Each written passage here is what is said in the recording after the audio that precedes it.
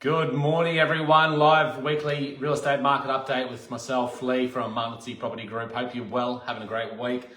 Today, guys, just want to focus on a couple of points. And the first one is just having a look at the historic charts, or a chart anyway, of property prices in Australia here over the last 30 years. So I want to touch on that just to show and to highlight to buyers and sellers what they can expect potentially moving forward as well. From now, I'm going to flow into a couple of fundamental factors that I believe are going to affect the supply and demand situation moving forward as well. Now, I know I sound like a broken record, and I've talked about the supply issue being a concern in the past several weeks or even months.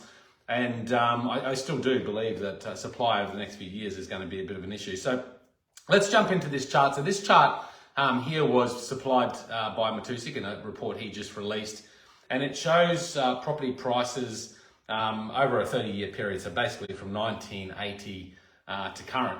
Now, in that period, it just shows some averages. So it shows that the average time between peaks of property prices are sitting at about 4 years. What it also highlighted is that in more recent years, that seems to have sped up slightly as well. So you're seeing the average time between peaks maybe being 3.5 years or even 3 years in some situations. So just goes to show that the time between peaks in the property price growth period is fairly short-lived. So what that says to me, that we experienced a peak last year in 2022. It's likely, if the history repeats itself, that we'll see another peak in property prices here in Australia in about 2025, 2026. And I actually think, looking at most of the charts that I've looked at recently, the 18.6-year property cycle, that is about the time that we can expect a new peak to be reached with property prices here in Australia. And I really think it has a key to do with the supply issue that's going to not worsen necessarily, but it's just going to be a factor moving forward. And there is certainly this pent-up buyer demand building in the marketplace, and I think that will continue to improve with the factors that we've talked about in the past, i.e. migration levels increasing and huge numbers of population increases coming to Australia over the next few years as well. Looking at the chart again, it shows that property prices double every 13 years. So that's really important to note as well. And on average, property prices seem to rise by 5.4% per annum. So again, property is a great investment for that reason, because property prices will always seeming historically to go up. So if you're a buyer in the marketplace, as they say, best time to buy was yesterday, the second best time is today.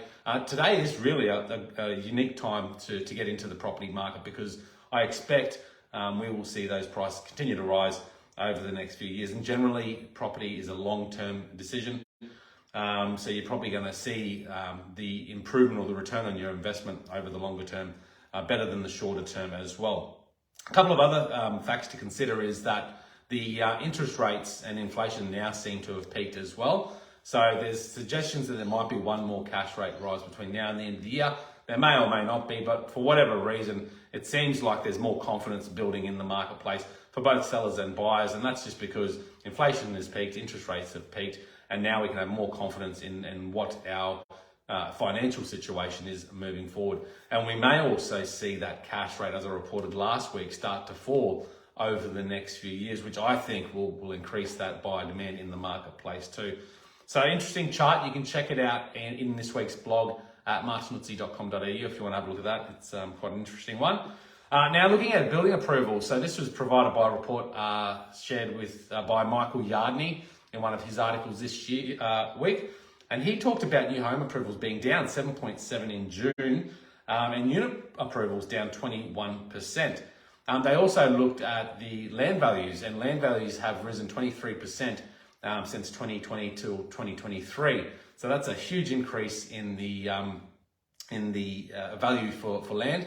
And we've also seen the cost of building, whilst it's fallen slightly, the cost of building is still significantly higher than it has been historically. So putting those things together to buy and build a new home right now, it's quite expensive. And I think we're going to see more and more people move away from new builds right now towards established homes, mostly because of the affordability factor. So I think we're going to see that trend continue. Certainly on the Sunshine Coast, there have been blocks of land selling and they're usually the blocks of land that either are the right price or the right location. However, there are a number of blocks of land that are sitting there for sale and have been for months, just not getting the interest that they deserve. And that might change over the next few years as the buyer demand builds. But ultimately, I think we will see more buyers move towards established homes. We are seeing buyers very frustrated in the marketplace at the moment. Now, I know the media is reporting more stock coming to the market, but it's more so in our southern markets and capital cities. Up here on the Sunshine Coast, there's still not enough supply coming to the market to keep up with the demand. And I'm speaking with buyers every day that are just sharing their concerns or frustrations that they just can't find the right properties. And there's two factors being considered here. And the first one is that those properties that present very well, present good value, there's multiple offers being achieved on those within a few weeks. And so many buyers are missing out. On the other side of things, there's offers being made on properties, and for whatever reason, the offers being made aren't reaching vendor expectations. And so those properties are sitting on the market for longer periods of time, and some even withdrawing their properties for sale because they can't get a result that they're satisfied with. So certainly that's the feedback that I'm getting from the marketplace right now as well. Lending approvals are down 17% on this year compared to last year. So that goes to show a lot less mortgages happening at the moment, and probably a very key factor there to do with the interest rates. But what's an interesting point is that the amount of cash buyers in the marketplace and in Queensland is up on the past year. So this year, the amount of cash buyers in the marketplace is said to be at 27.8%, which is up on last year. So that goes to show that there's probably more people selling in those southern markets and moving up here. Cash buyers that are selling up in other parts of the sunny coast and moving towards more regional areas. Those things are certainly trends that we're seeing in the marketplace right now as well. So looking at all that, guys, look, the property prices always seem to grow.